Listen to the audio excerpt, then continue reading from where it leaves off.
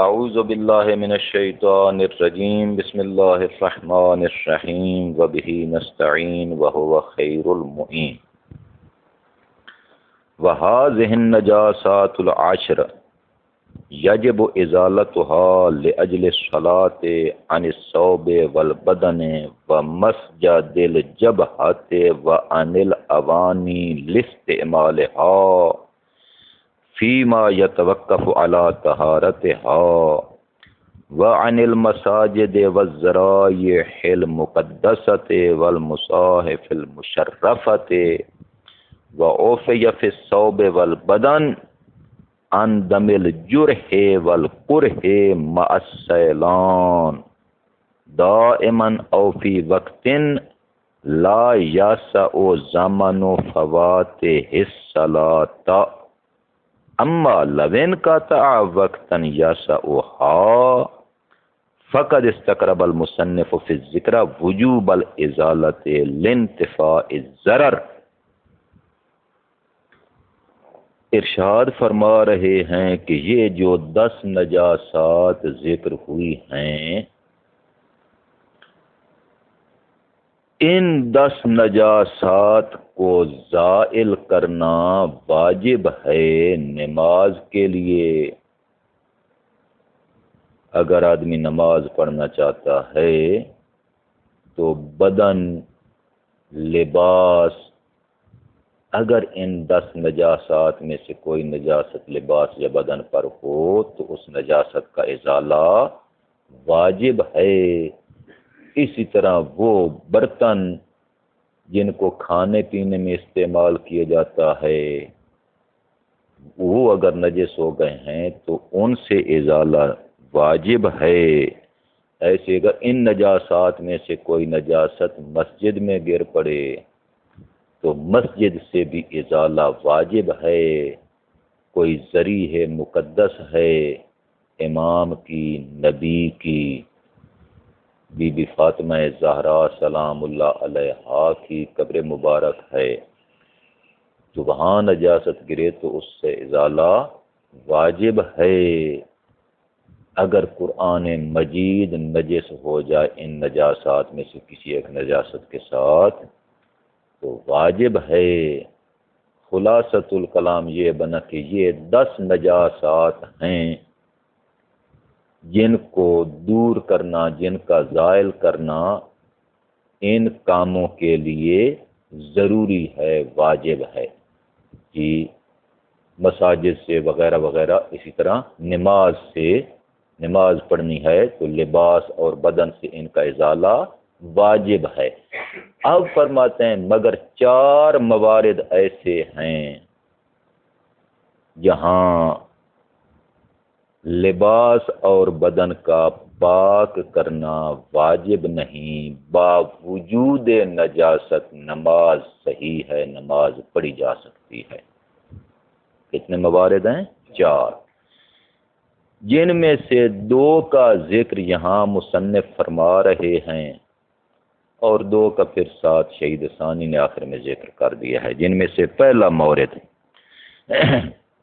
کہ اگر آدمی مجروح ہے، زخمی ہے، تو زخم کا خون وہ اس طرح ہے کہ ہمیشہ جاری ہے، بہتا رہتا ہے، رکتا ہی، یا رکتا ہے تو اتنا وقت نہیں رکتا کہ جس میں نماز پڑھی جا سکتی ہو۔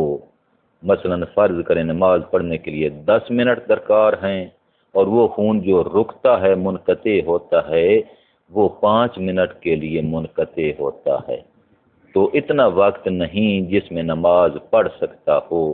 فرماتے ہیں کہ اسی خون کے باوجود یہ خواہ قلیل ہو خون، خواہ کثیر ہو، درہم بغلی سے کم ہو، درہم بغلی سے زیادہ ہو، اس خون کے باوجود، وہ خون لباس پر ہو، وہ خون بدن پر ہو، اسی خون کے ساتھ آپ نماز پڑھ سکتے ہیں، کوئی ممانعت نہیں ہے۔ تو ایک یہ مورد اور دوسرا مورد اس کی کچھ ہیں اور بھی جزیات ہیں، انشاءاللہ عبارت کے ترجمہ میں پڑھیں گے۔ اس کے بعد دوسرا مورد جہاں باوجود نجاست کے نماز پڑھنا معفو عنہ ہے، آپ نماز پڑھ سکتے ہیں، وہ ہے وہ خون جو درہم بغلی سے کم ہو۔ درہم بغلی، بعض بغلی کہتے ہیں، بعض بغلی کہتے ہیں، بہرحال بغلی ہو یا بغلی ہو جو بھی ہے، یہ دونوں صحیح ہیں۔ تو مشہور جو ہے نا وہ درہم بغلی ہے۔ تو درہم بغلی سے خون کم ہو، توجہ، اگر بے مقدار درہم بغلی ہو، درہم کی مقدار ہو یا درہم سے زیادہ ہو تو وہ حالت نماز میں معاف نہیں ہے، لیکن درہم سے اگر کم ہو تو وہ معاف ہے، حالت نماز میں معاف ہے، اس کے باوجود آپ نماز پڑھ سکتے ہیں بشرطے کہ وہ خون دماء ثلاثہ میں سے نہ ہو، دم حدث نہ ہو، کیونکہ ان کی نجاست اشد ہے، وہ اگر سر سوزن کے برابر ہو تو بھی حالت نماز میں معاف نہیں ہے۔ اچھا، درہم بغلی، اس کی مقدار کیا ہوتی ہے درہم کی؟ تو چونکہ وہ پرانا دور تھا، اس وقت اتنے سانچے بھی شاید تھے یا نہیں تھے، تو وہ جو لوہار ہوتے تھے، صراف ہوتے تھے، سنارے، وہ درہم بناتے تھے یہ ہتھوڑیوں کے ساتھ کوٹ کوٹ کر، کوئی ذرا بڑا ہو جاتا تھا، کوئی ذرا چھوٹا ہو جاتا تھا، بنانے والا ایک ہی آدمی ہے، کوئی اس سے ذرا بڑا بن گیا، کوئی ذرا چھوٹا بن گیا، تو معمولی مقدار کا فرق ان میں ہوتا رہتا تھا۔ تو اسی لیے درہم بغلی کی تعیین میں علماء کو بھی ذرا دقت محسوس ہوئی ہے، چونکہ وہ درہم مختلف ہوتے تھے مقدار کے لحاظ سے۔ تو اس میں بھی بعض علماء فرماتے ہیں کہ اس کی مقدار یہ ہے کہ جو ہتھیلی کا یہ درمیان والا حصہ ہوتا ہے کہ جو زمین پر لگایا جائے، تو جو زمین پر نہیں ٹکتا، جہاں سے جگہ خالی رہ جاتی ہے، اس کو درہم بغلی کی مقدار اتنی ہے۔ بعض علماء فرماتے ہیں کہ جو انگوٹھا ہے ابہام، اس کی جو اوپر والی گرہ ہے، اتنی مقدار ہو تو یہ درہم بغلی ہے، اس سے کم کم ہونا چاہیے۔ بعض علماء سبابہ جو انگشت شہادت ہے، اس کا جو اوپر والا ہے نا حصہ پوٹا، اس کو کہتے ہیں۔ بعض علماء ہیں کہ جو اس خنصر یعنی چھوٹی انگلی، جو سب سے چھوٹی انگلی ہے، اس کی اوپر والی جو گرہ ہے، اس کا بھی بعض علماء ذکر کرتے ہیں۔ فرماتے ہیں کوئی حرج نہیں، اس میں منافات نہیں، جو بھی ہو جائے سب ٹھیک ہے، کیونکہ اتنا اختلاف ان درہموں میں بھی ہوتا رہتا تھا، اگر علماء کی کلام میں ہو جائے تو اس میں بھی کوئی حرج نہیں ہے۔ بہرحال مسئلہ یہ ہے کہ دماء ثلاثہ کے علاوہ ہو، عام خون ہو، چونکہ دماء ثلاثہ کی نجاست اشد ہے، لہٰذا وہ سر سوزن کے برابر ہو، سوئی کے برابر ہو تو وہ بھی معاف نہیں ہے، چھوٹا سا قطرہ ہو تو بھی معاف نہیں ہے۔ سوال، جو نجس العین کا خون ہے، کتے کا خون، خنزیر کا خون، کیا وہ درہم بغلی سے کم ہو تو حالت نماز میں معاف ہے یا معاف نہیں ہے؟ اس میں علماء کا اختلاف ہے، چونکہ اس قیاس مستنبط العلت کے لحاظ سے دیکھا جائے، علت کا استنباط کیا جائے کہ بھئی چونکہ خون درہم بغلی سے کم ہو تو حالت نماز میں معاف ہے، یہ عام۔ اب دلیل خاص آ گئی، الگ روایت آ گئی جس نے کہا کہ اگر دماء ثلاثہ میں سے ہو، خواہ بالکل تھوڑا ہو تب بھی معاف نہیں ہے، تو وہ دلیل سے خارج ہوگی۔ کیوں؟ چونکہ ان کی نجاست اشد ہے۔ اب اس کی علت بھی بیان ہو گئی کہ دم حدث معاف نہیں، کیوں؟ چونکہ اس کی نجاست اشد ہے۔ تو اب وہ چونکہ علت اس میں ہے، اب نجس العین جو ہے اس کا خون، اس کی علت ہم خود استنباط کر رہے ہیں کہ چونکہ یہ بھی تو نجاست کے لحاظ سے اشد ہے، ایک تو یہ کہ یہ نجس العین کا خون ہے، کتے کا خون ہے، اور ثانیاً یہ کہ جو نکل رہا ہے تو کتے کے ساتھ ٹچ ہو کر نیچے گر رہا ہے، تو اس کی بھی نجاست اشد ہے۔ تو چونکہ اشد و نجاستن ہے، نجاست کے لحاظ سے اشد ہے، لہذا حالت نماز میں معاف نہیں ہے، اگرچہ درہم بغلی سے کم بھی ہو، معاف نہیں ہے۔ شہید ثانی سے پوچھتے ہیں کہ جناب آپ کا فتویٰ کیا ہے، آپ کیا ارشاد فرماتے ہیں؟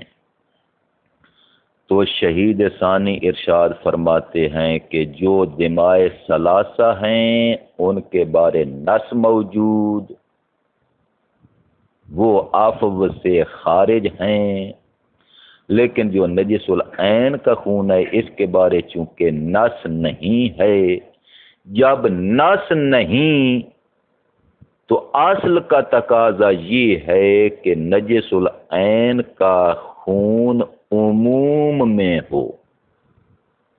عموم میں ہو کیا مطلب؟ یعنی جس طرح بندے کا خون ہے، بھینس گائے کا خون ہے، وہ درہم بغلی سے کم ہو تو نماز کی حالت میں معاف ہے، تو نجس العین کا خون بھی درہم بغلی سے کم ہو، کتے یا خنزیر کا خون، تو وہ بھی حالت نماز میں معاف ہونا چاہیے۔ کیوں؟ اس لیے کہ دماء ثلاثہ کو نص نے خارج کر دیا، دلیل خاص آ گئی، اس نے اس کو خارج کر دیا، اس میں معافی نہیں ہے۔ لیکن اب ہمیں شک ہے کہ کیا نجس العین کا خون، کتے خنزیر کا خون، حالت نماز میں درہم بغلی سے کم ہو تو معاف ہے یا معاف نہیں، یہ شک ہے۔ تو اصالت الاستصحاب کا تقاضا یہ ہے کہ حالت نماز میں معاف ہونا چاہیے، کیوں؟ چونکہ باقی خونوں سے عفو ہے، اس کو دلیل خاص نے خارج نہیں کیا، جب یہ دلیل خاص سے خارج نہیں تو یہ بھی اسی عموم میں شامل ہونا چاہیے، جب عموم میں شامل ہے تو معاف ہونا چاہیے۔ اچھا، اب فرماتے ہیں اس کے بعد والا مسئلہ کہ بھئی یہ جو مقدار ہے نا درہم بغلی سے کم، یہ حالت نماز میں معاف ہے، لیکن مسئلہ یہ ہے کہ اگر یہ خون اکٹھا ہو، ایک ہی جگہ پر ہو، اس پر تمام علماء کا اتفاق ہے کہ حالت نماز میں معاف ہے۔ درہم بغلی سے کم ایک جگہ پر لگا ہوا ہے، کپڑے کی ایک جگہ پر، بدن کی ایک جگہ پر ہے تو حالت نماز میں معاف ہے۔ لیکن اگر متفرق ہو، کچھ یہاں لگا ہوا ہے، کچھ یہاں لگا ہوا ہے، کچھ یہاں لگا ہوا ہے، تو اس کے بارے کیا حکم ہے؟ فرماتے ہیں اس میں متعدد اقوال ہیں علماء کے، اس میں مختلف اقوال ہیں۔ بعض علماء یوں فرماتے ہیں کہ اگر یہ جو متفرق ہے اس سب کو ملا کر دیکھا جائے، اگر درہم بغلی سے کم بنتی ہے مقدار تو حالت نماز میں معاف ہے، اور اگر کم نہیں زیادہ ہے تو پھر معاف نہیں ہے۔ بعض علماء فرماتے ہیں کہ ان کو الگ الگ دیکھا جائے گا، یہ بھی لگا ہوا ہے، یہ بھی ہے، یہ بھی ہے، یہ بھی درہم بغلی سے کم ہے، یہ بھی درہم بغلی سے کم ہے، یہ بھی درہم بغلی سے کم ہے، لیکن ان تینوں کا اگر ملائیں تو پھر درہم بغلی سے زیادہ ہو جاتا ہے، فرماتے ہیں کہ معاف ہے۔ بعض علماء فرماتے ہیں کہ یہ معاف ہے، کیوں؟ چونکہ الگ الگ دیکھنا ہے، یہ بھی کم ہے، یہ بھی کم ہے، یہ بھی کم ہے۔ پھر بات یہ ہے کہ کچھ خون بدن پر ہے، کچھ خون کپڑے پر ہے، ان دونوں کو ملا کر دیکھیں تو درہم بغلی سے کم ہے تو وہ تو معاف، لیکن اگر ملا کر درہم بغلی سے زیادہ ہو جائے تو پھر اس میں بھی اختلاف ہے۔ سمجھ گئے مسئلہ؟ چل ٹھیک، ایک اور مطلب چھوٹا سا، خون جو درہم بغلی وہ حالت نماز میں معاف ہے، لیکن کیسے؟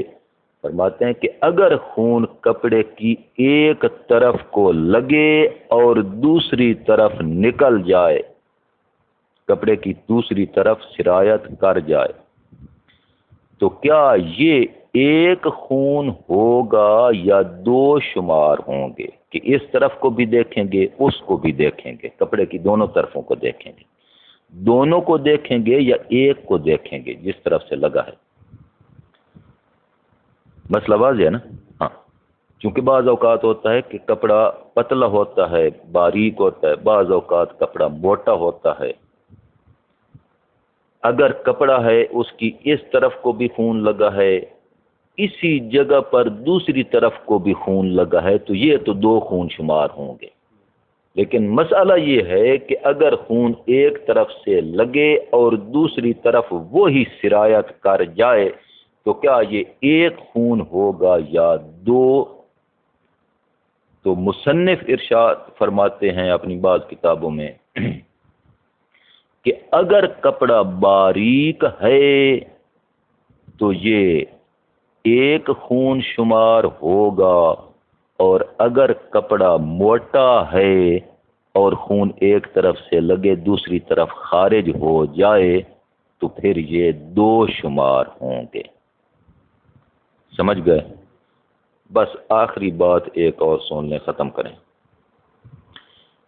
خون درہم بغلی سے کم ہو تو معاف ہے حالت نماز میں، درہم بغلی سے کم، یہ کپڑے پر لگا ہوا ہے خون درہم بغلی سے کم ہے،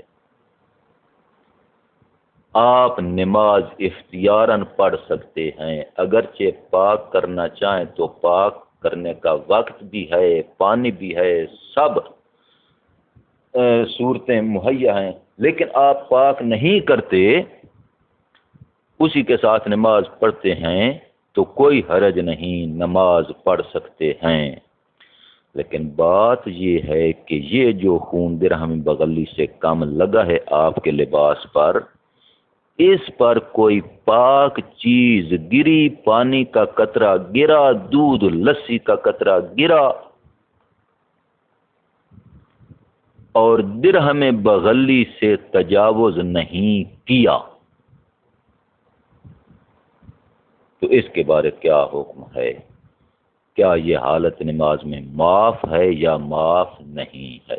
درہم بغلی سے تجاوز کر جائے تو پھر تو ظاہر ہے کہ معاف نہیں ہے، لیکن درہم بغلی سے تجاوز نہیں کیا تو کیا یہ حالت نماز میں معاف ہے یا معاف نہیں ہے؟ فرماتے اس میں دو احتمال ہیں۔ اگر اس لحاظ کو دیکھیں کہ جو خون ہے درہم بغلی سے کم خون وہ حالت نماز میں معاف ہے تو اصل خون ہے،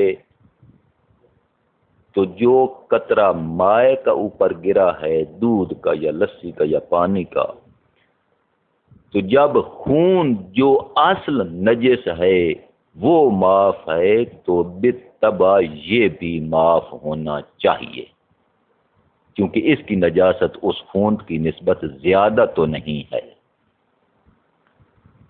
دوسرا احتمال یہ ہے کہ نہیں، حالت نماز میں اگر معاف ہے تو خون معاف ہے درہم بغلی سے کم، خون معاف ہے، نجس پانی کیا یہ بھی بدن پر لگ جائے تو حالت نماز میں معاف ہے، نجس دودھ، نجس لسی، ان کا کو قطرہ اگر لگ جائے تو کیا یہ بھی حالت نماز میں معاف ہے؟ نہیں، یہ تو معاف نہیں ہے۔ تو اس لحاظ کو دیکھیں تو حالت نماز میں معافی نہیں ہے۔ سمجھ گئے؟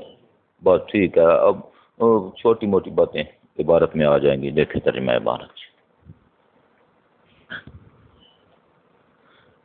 وهذه النجاسات العشر یجب ازالتها لاجل الصلاة، یہ 10 نجاسات ہیں جن کا ازالہ نماز کے لیے واجب ہے۔ کس سے ازالہ واجب ہے نماز کے لیے؟ عن الثوب والبدن، ثوب سے، بدن سے، ومسجد الجبہۃ، اور جائے سجدہ جو پیشانی کی ہے، جبہہ پیشانی کی جو جائے سجدہ ہے، وعن الاوانی، ان برتنوں سے بھی ازالہ لازم ہے، لاستعمالها، جو اوانی، جو برتن استعمال کے، اوانی جامع ہے آنیتون کی، آنیتون کا معنی برتن، اس کی جمع اوانی بھی آتی ہے، اناؤن، اناؤن برتن، اناؤن، آنیتون، تو اس کی جمع اوانی، انا کی جمع یا آنیتون کی جمع اوانی۔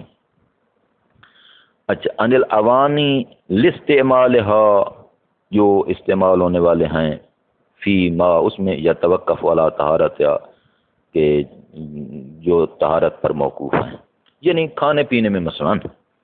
وعن المساجد، مساجد سے ازالہ نجاست واجب ہے، ذرائع مقدسہ، مصائف مشرفہ، یا مثلا ان کے جو آلات ہوتے ہیں، جلد ہو گئی قرآن مجید کی، جو خالی جگہیں ہو گئیں کاغذات پر، ان سب سے ازالہ نجاست واجب ہے۔ وَأُوفِيَ فِي الثَّوْبِ، یہاں فرماتے ہیں کہ ازالہ نجاست واجب ہے سوائے 4 مقامات کے۔ اوفیہ فی الثوب، جن میں سے پہلا مورد بدن اور ثوب میں معاف قرار دیا گیا ہے، معافی دی گئی ہے، عن دم الجرح والقرح، زخم اور پھوڑے کے خون سے۔ جرح جی، اس کا معنی ہوتا ہے جو زخم بیرونی علت سے ہو، مثلا چاقو چھری سے جو زخم ہو اس کو جرح کہا جاتا ہے، اور جو زخم اندرونی علت سے ہو، مثلا خون کی خرابی وغیرہ ہوئی ہے جس وجہ سے وہ پھنسیاں پھوڑے نکل رہے ہیں، تو ان کا جو خون ہوتا ہے ان کو قروح کہا جاتا ہے، دم الجروح والقروح۔ مع السیلان، جبکہ وہ خون جو زخموں کا ہے وہ ہمیشہ جاری رہتا ہے، دائماً ہمیشہ جاری رہتا ہے۔ او فی وقت، یا اتنا رہتا ہے، بہتر رہتا ہے، لا یسع زمن فواتہ، کہ جس کے فوات کا زمانہ، یعنی خون کے بہنے کا فوت ہو جانا، کیا مطلب؟ یعنی منقطع ہونے کا زمانہ، خون کے منقطع ہونے کا زمانہ وسعت نہیں رکھتا، کس کی؟ الصلاۃ، نماز کی۔ او فی وقت لا یسع زمن فواتہ الصلاۃ، یا اتنا وقت وہ منقطع ہوتا ہے، اتنا زمانہ منقطع ہوتا ہے جو وقت نماز کی وسعت نہیں رکھتا، یعنی اس میں نماز نہیں پڑھی جا سکتی۔ اما لوین کا تا وقتاً، بہرحال اگر وہ اتنا وقت منقطع ہو جائے، یسعھا، کہ جو وقت نماز کی وسعت رکھتا ہو، فقد استقرب المصنف فی الذکر وجوب الازالۃ، تو مصنف نے کتاب ذکر میں اقرب قرار دیا ہے ازالہ کا، کہ ازالہ کے وجوب کو، کہ اس کا ازالہ کرنا واجب ہے۔ کیوں؟ لانتفاء الضرر، چونکہ مشقت اور تکلیف منتفی ہے، کیونکہ اتنا وقت منقطع ہو گیا جس میں آدمی پاک کر کے نماز پڑھ سکتا ہے، یا لانتفاء ضرورت، چونکہ اب ضرورت منتفی ہے، بعض نسخوں میں لفظ ضرورت استعمال ہوا، تو اب چونکہ ضرورت نہیں، ضرورت منتفی ہے، لہذا پاک کر کے نماز پڑھنا واجب ہے، ازالہ واجب ہے۔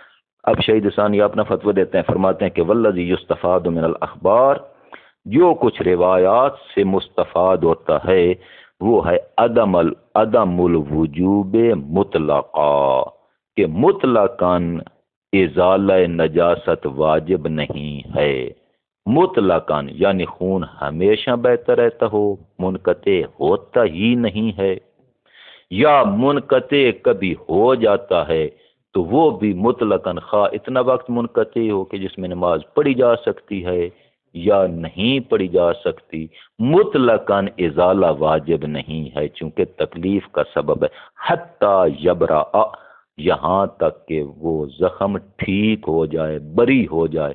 جب تک زخم ٹھیک نہیں ہوتا تو اس خون کے ساتھ نماز، زخموں کے خون کے ساتھ نماز پڑھ سکتے، لیکن زخموں کے خون کے ساتھ جو اس کے اپنے زخم ہیں، اگر کسی اور آدمی کا لگ جائے خون تو وہ معاف نہیں ہوگا۔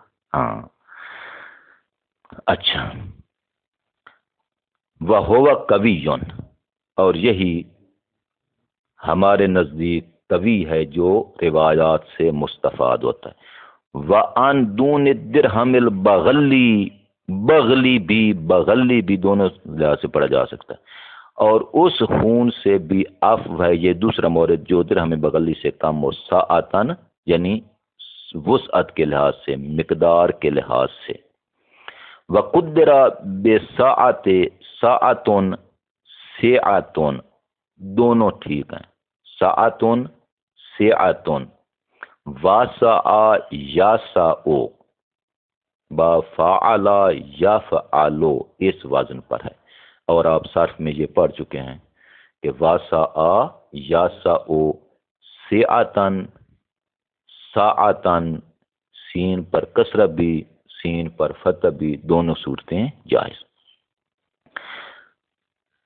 وقدر بساعت اخمس الراہ، اخمس بعض اخمس بھی کہتے ہیں لیکن زیادہ بہتر اخمس ہے، اور اس کی مقدار بیان کی گئی ہے اخمس سے راہ کی مقدار اور وسعت، کہ جتنی یہ ہتھیلی کو زمین پر رکھا جائے تو درمیان والا جو حصہ زمین پر نہیں لگتا اس کو ہاں درہم بغلی کی مقدار کہا جائے۔ وَبِعَقْدِ الْإِبْهَامِ، یعنی وَقُدِّرَ، اس کی مقدار بیان کی گئی ہے عقد ابہام کے ساتھ، عقد ابہام، ابہام انگوٹھا، انگوٹھے کی جو گرہ ہے، الاولیاء، تو یہ اولیاء یہ مؤنث ہے اعلیٰ کی مؤنث ہے، تو یہ کس کی صفت بیان ہو رہی ہے؟ عقد کی، عقد اولیاء۔ اب کوئی آدمی کہے کہ لفظ عقد مذکر ہے، لفظ اولیاء مؤنث ہے، تو مذکر کی صفت مؤنث کیسے آئی؟ تو آپ یہ کہہ سکتے ہیں کہ چونکہ عقد مضاف ہے ابہام کی طرف، ابہام مؤنث سمائی ہے، تو یہاں مضاف نے اپنے مضاف الیہ مؤنث سے تانیث کو کسب کیا ہے، اس لیے اولیاء کو مؤنث پڑھ دیں، ٹھیک ہے۔ وَبِعَقْدِ السَّبَابَةِ، یعنی وَقُدِّرَ بِعَقْدِ السَّبَابَةِ، یہ بھی مقدار بیان کی گئی ہے کہ جو انگشت شہادت ہے اس کی وہ گرا۔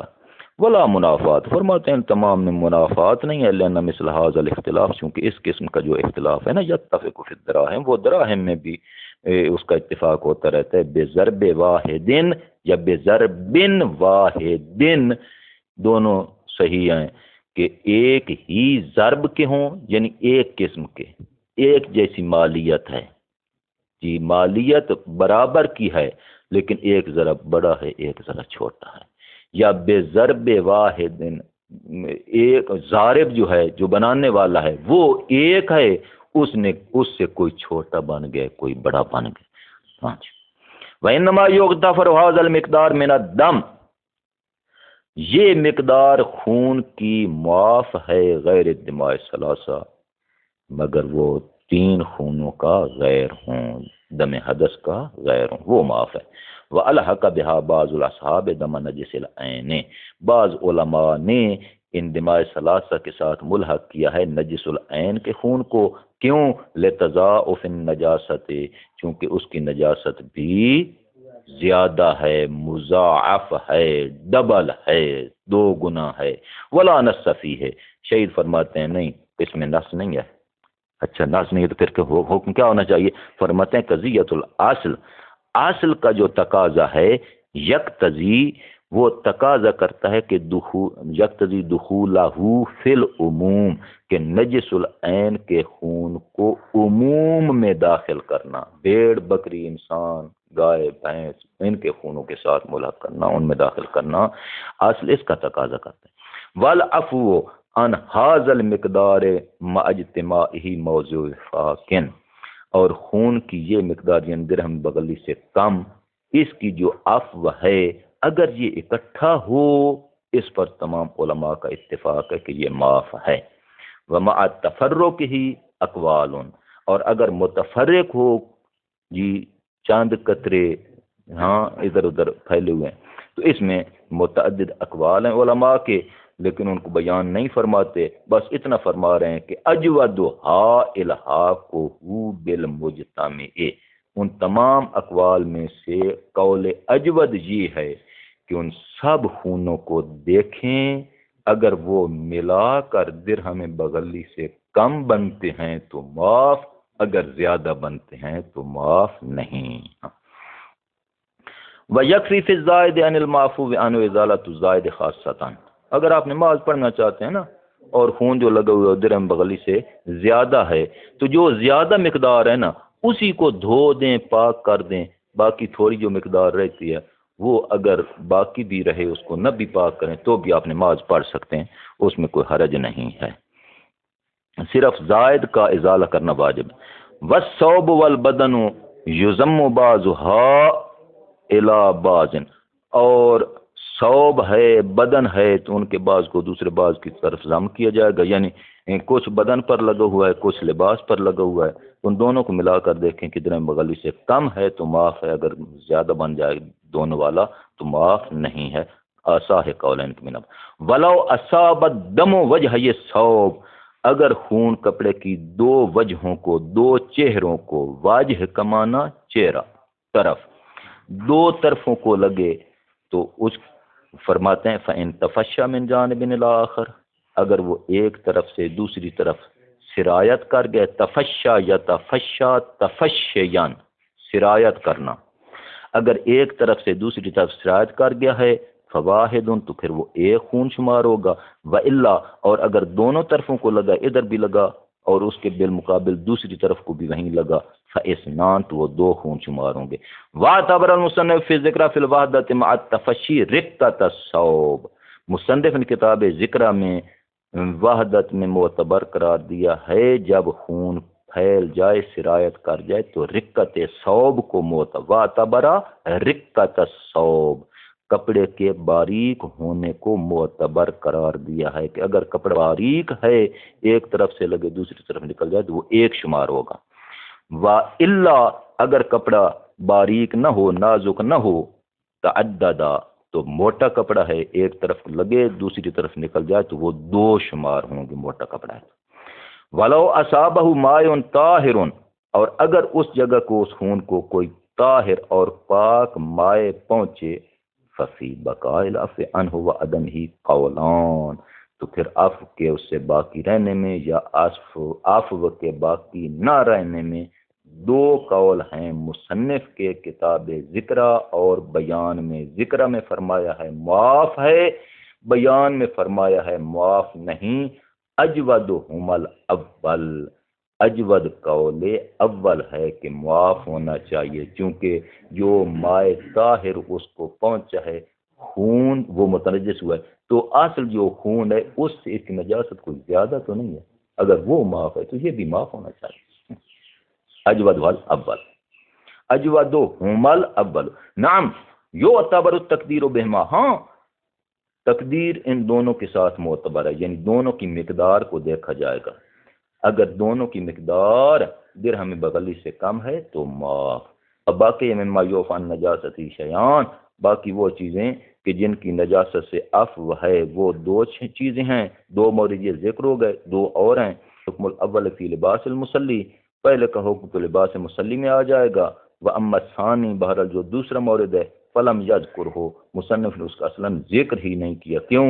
لأنه لا يتعلق ببدن المصلی ولا ثوبہ، چونکہ نہ اس کا تعلق نمازی کے بدن کے ساتھ ہے، نہ نمازی کے کپڑے کے ساتھ ہے۔ الذی و شرط فی الصلاۃ، جو کہ نماز میں ہاں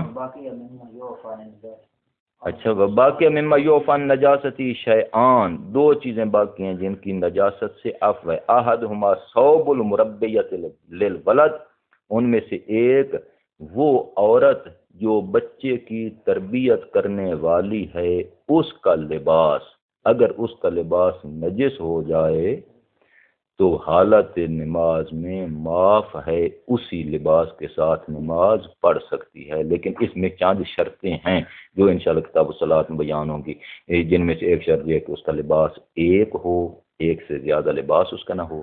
دوسری شرط یہ ہے کہ اس کا لباس نجس ہوا ہے تو بول سبھی، اس بچے کے بول پیشاب سے نجس ہوا، اس کا خون یا پاخانہ وغیرہ، اس سے معافی نہیں ہے